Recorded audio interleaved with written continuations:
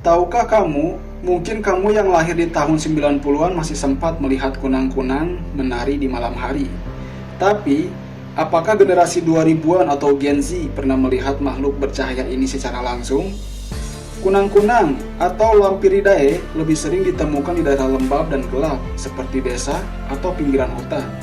Mereka jarang terlihat di kota karena cahaya buatan dan polusi membuat mereka kesulitan mengenali pasangan.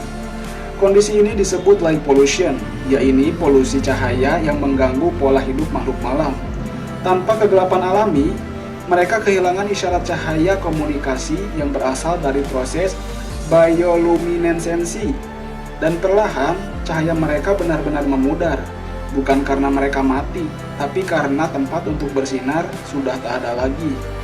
Kunang-kunang bukan hanya hiasan malam, tapi cermin dari keseimbangan alam yang kini makin pudar. Makhluk kecil itu adalah kunang-kunang atau secara ilmiah disebut Lampiridae, anggota keluarga Coleoptera, yang artinya mereka bukan lalat, melainkan kumbang bercahaya. Hidup mereka dimulai dari telur. Seekor betina biasanya meletakkan sekitar 30-500 butir telur di tanah lembab atau di bawah dedaunan basah. Telur ini akan menetas dalam waktu 3 hingga 4 minggu menjadi larva kecil yang juga bisa mengeluarkan cahaya lembut atau disebut glowworm. Larva kunang-kunang termasuk predator. Mereka memakan siput, cacing kecil, dan serangga lembab lainnya. Dalam tahap ini, mereka mengeluarkan zat kimia untuk melumpuhkan mangsa, mirip racun lembut yang hanya bekerja pada hewan kecil. Tahukah kamu, di balik tubuh kecilnya, larva kunang-kunang adalah pemburu alami yang menakutkan bagi makhluk kecil di tanah. Mereka mengandalkan cairan racun yang mengandung enzim proteolitik untuk melumpuhkan dan mencairkan tubuh mangsanya seperti siput dan cacing tanah. Setelah mangsanya lemah, larva akan menghisap cairan tubuhnya perlahan, meninggalkan hanya cangkang atau kulit luar. Dalam dunia ilmiah, perilaku ini dikenal sebagai external digestion. Tahukah kamu, fase larva bisa berlangsung sampai 9 bulan, tergantung suhu, kelembaban, dan ketersediaan makanan. Beberapa spesies seperti Photinus spiralis bahkan memiliki larva yang bisa bercahaya sepanjang malam, menandakan mereka sedang aktif berburu di bawah kegelapan. Jadi, sebelum mereka menjadi serangga bercahaya yang indah, kunang-kunang sudah menjalani hidup keras sebagai predator kecil. Setelah berbulan-bulan hidup di bawah tanah, larva kunang-kunang akhirnya memasuki masa perubahan luar biasa, yaitu fase pupa. Dalam dunia ilmiah, fase ini disebut pupation, bagian dari proses metamorfosis sempurna atau holometabola.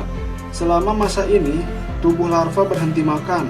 Mereka berdiam diri di tempat lembab, membentuk lapisan pelindung tipis di sekeliling tubuhnya. Di balik pelindung itu, terjadi perubahan besar. Organ lama hancur dan organ baru mulai terbentuk. Sayap, antena, serta organ cahaya mereka, atau photogenic organ, mulai tumbuh.